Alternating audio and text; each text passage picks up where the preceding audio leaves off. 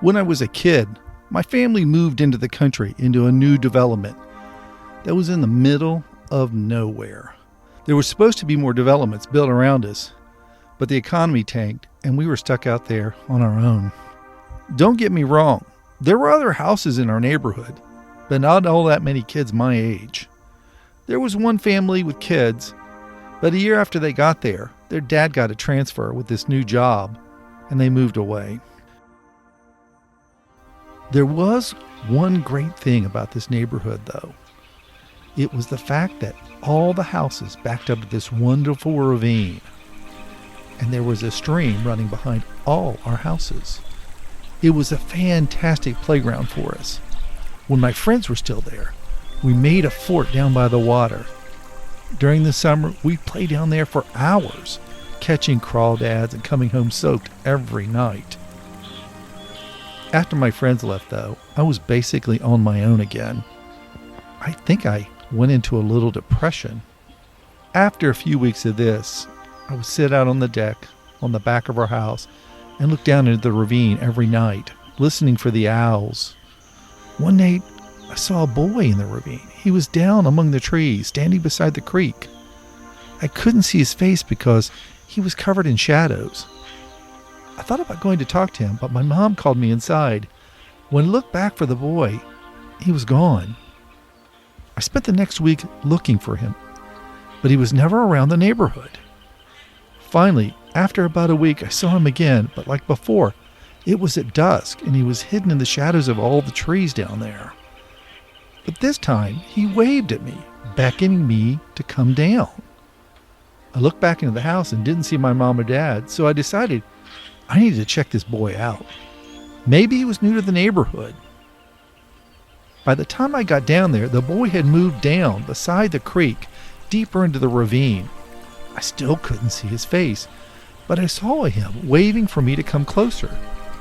He was still a good distance away, so I made my way towards him, but he kept disappearing behind trees as I moved further into the ravine.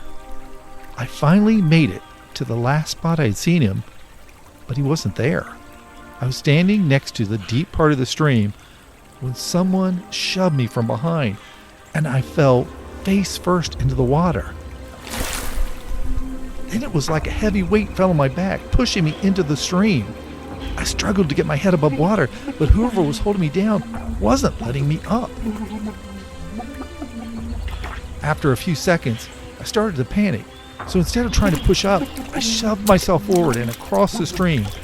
But that kept me under the water longer. I nearly blacked out, but made it to the other side when I came to the surface. When I came out of the water, no one was there. Tired, I made my way onto the shore and trudged up the ravine and back home. For some reason, I never did tell my parents. Later, I learned that a kid had been drowned in the stream by his stepfather. That was enough for me. I never went down in the stream alone at night, ever again.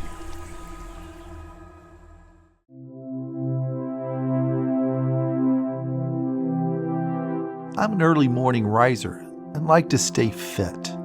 That meant walking in the dark on some days, but on one day, it meant walking in a very thick fog. One of my favorite places to take my morning walks was a city park, not far from my house. It had several beautiful wooded paths and a wonderful lake. But on this morning, the whole area was covered in a thick fog. In a way, it made the place look tranquil, like God had put a gentle lace curtain over the landscape. But on this specific morning, it was anything but peaceful. I was only about 5 minutes into my walk when I saw a hooded figure standing out in the fog. I don't know what it was about him, but there was a sense of menace in his body language, like he had some dark intent in mind. Obviously, I steered away from him, but that made me get further from my car. As soon as I changed direction, he started walking toward me, and he did it with some sort of purpose. I picked up my pace, and he matched that. I looked around and didn't see anyone else in the park, and that made me feel even more vulnerable. I cursed myself for not bringing any mace or anything to defend myself. I contemplated pulling out my cell phone to call the police, but this guy had bad intent. There was no way they would get to me in time. He just kept following me. But what made it even creepier was the fact that he didn't say anything. He was just zeroed in on me. At the start of my walk, I was out in the open near the picnic areas. With him between me and my car, my only option was to head for one of the forest paths, where I hoped I might be able to lose him. I desperately hoped he might turn off as I entered the path into the woods, but he just kept coming.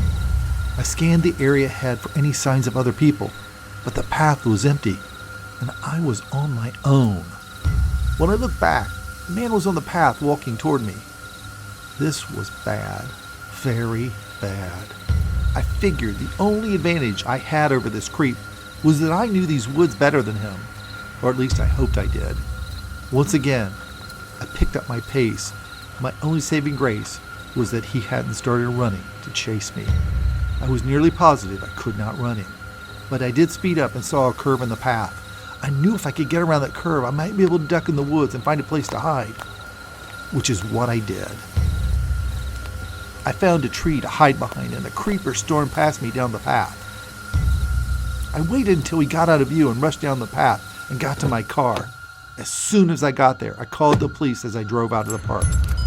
When I got to the entrance of the park, I saw the police driving in. I waved them down and gave them a description. They asked me to wait at the entrance for them in case they found him, so they could confirm they had the right guy. It was a long 10 minutes, and I half expected the man to come out of the woods at any moment and get me. The police returned 10 minutes later, but they were empty-handed. They let me know there had been several violent attacks in the parks across the city. I felt lucky to avoid disaster and never went into the parks alone again.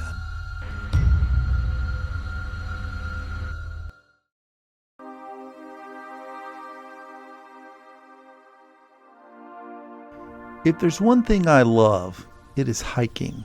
Being out in nature, walking on the wooded trails, and camping out under the stars.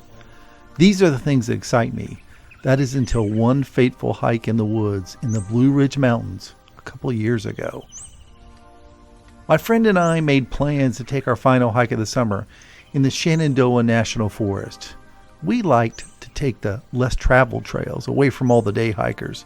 In other words, we like to be on our own away from others. That way we can enjoy nature without people yapping away or yucking it up, spoiling our retreat into the woods. When we drove into the campsite that day, we quickly noticed that it was almost empty. We didn't go there all that often, but the place was usually packed with campers. On this day, there were only a few. And none of these people were on site when we arrived. We only saw empty tents. It was as if they had abandoned their stuff and took off. We decided they might have gone off on a hike on their own, but most campers didn't leave their stuff unprotected. In the back of my head, I felt a small sense of alarm, but I ignored it. Turned out to be one of those times I wish I had listened to my intuition. We headed off onto the trail. It took us almost an hour to get to the top of the mountain where there was a fire tower. It was an old metal structure, and you'd have to climb a narrow set of stairs to get to the top. Once we made it there, we took in the panorama, looking around. Then we took some photos and decided to start heading down. Once we hit the ground, everything changed. It was as if something or someone had sucked away all the sound. The birds and the insects went dead silent. It's hard to describe it. It felt like there was something hanging over the forest, something ancient and primordial, contorting reality and pressing down on us. Despite being out in the woods, an oppressive sense of claustrophobia fell over me. It was like being in a cave instead of a wide open forest. For some reason, breathing became a struggle for me. Without saying a word, my partner and I looked at each other and started to rush out of the forest. All the while, it felt like something was following us. At first, we were walking fast, but within a few moments, we were running full out. As we passed along a curve in the trail, a noise sounded behind us. It was an unearthly shriek, sounding like a cross between a prehistoric creature and a giant dying robot. It echoed through the trees and was so loud that I had to cover my ears. When I looked back over my shoulder, I saw something. It was just a glimpse. It's impossible to describe, though. It seemed to take up space, but it was also intangible, pulsing with flashes at the edges. Whatever it was, it brushed the huge trees out of the way as it descended down the trail after us. My friend had to yell to be heard, as the atmosphere around us seemed as if something had sucked most of the oxygen out of it. I felt a numbing weakness come over me as I stumbled along. Whatever it was, it caught up to us and swept over us like an ocean wave. The only feeling I had before I blacked out was that something ancient and evil had passed through my body, filling every fiber of my being. When we woke up, we were laying in the grass at the trailhead. I was the first one to come to, and I had to shake my friend awake. We'd been there quite a while, as it was twilight now.